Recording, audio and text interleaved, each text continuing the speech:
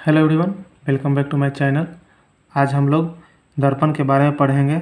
दर्पण कितने प्रकार के होते हैं, उसमें क्या क्या होता है, उसी के बारे में पढ़ेंगे। तो चलिए बिना टाइम वेस्ट किए हुए चालू करते हैं।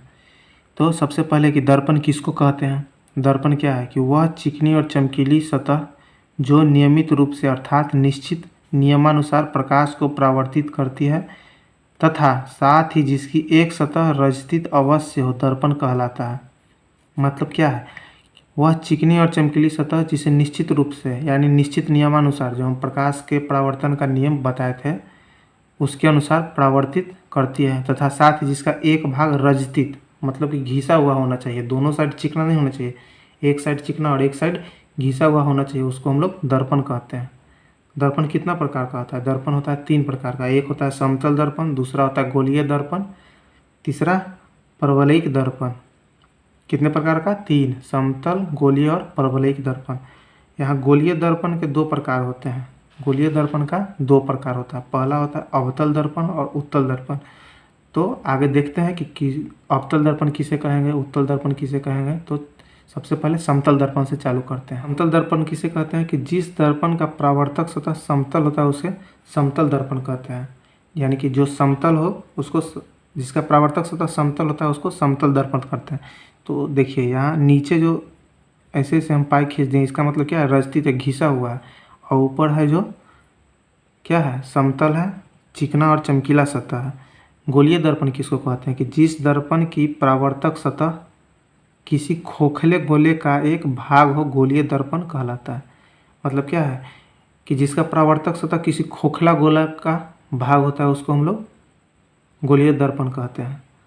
इस दर्पण को प्रायः कांच के एक टुकड़े को रजतित कर बनाया जाता है। यानी कि कांच का टुकड़ा को एक साइड हम लोग घिस देंगे तो उससे गोलीय दर्पण बन सकता है। देखिए गोलीय दर्पण 2 तरह का हो सकता है।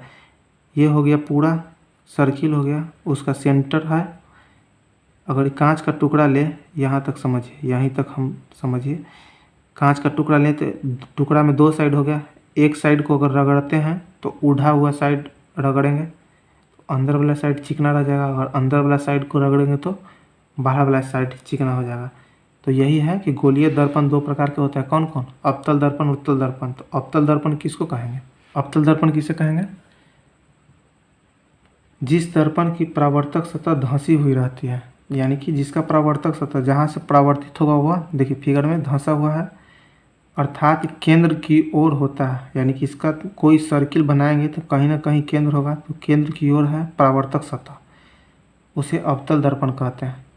यानी कि जिसका उठा हुआ भाग घिसा हुआ रहता है, जिसका उठा हुआ भाग घिसा हुआ रहता है, अवतल दर्पण। इसे अभिसारी दर्पण भी कहा जाता है। अवतल दर्पण को हम लोग अभिसारी दर्पण भी कहते हैं। ऑब्जेक्टिव में पूछता है कि अवतल दर्पण को किस नाम से जाना जाता है, तो उसको हम अभिसारी दर्पण कहते हैं।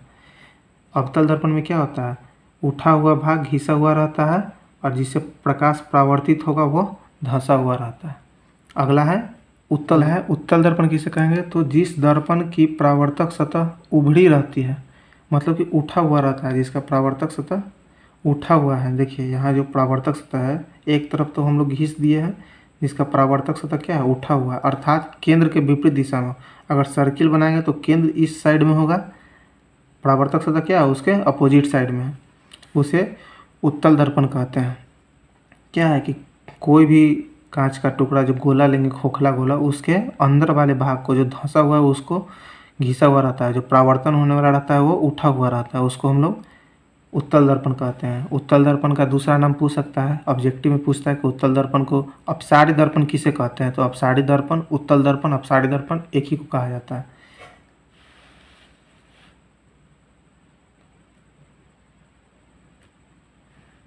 नेक्स्ट है परवलयिक दर्पण। वह दर्पण जो पूर्णतः गोलीय नहीं होता है, परवलयिक दर्पण कहलाता है।